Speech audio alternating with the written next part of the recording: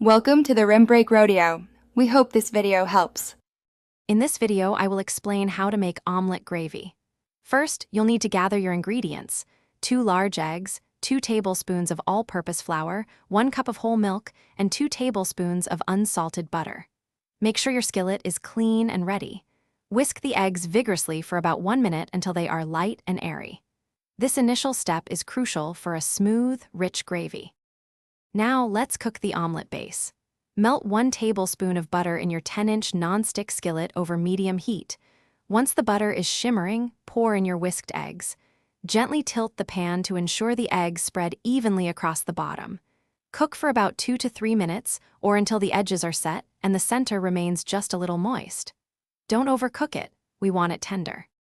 With the omelet set aside, it's time for the gravy. In the same skillet, melt the remaining 1 tablespoon of butter. Once melted, sprinkle in 2 tablespoons of all-purpose flour.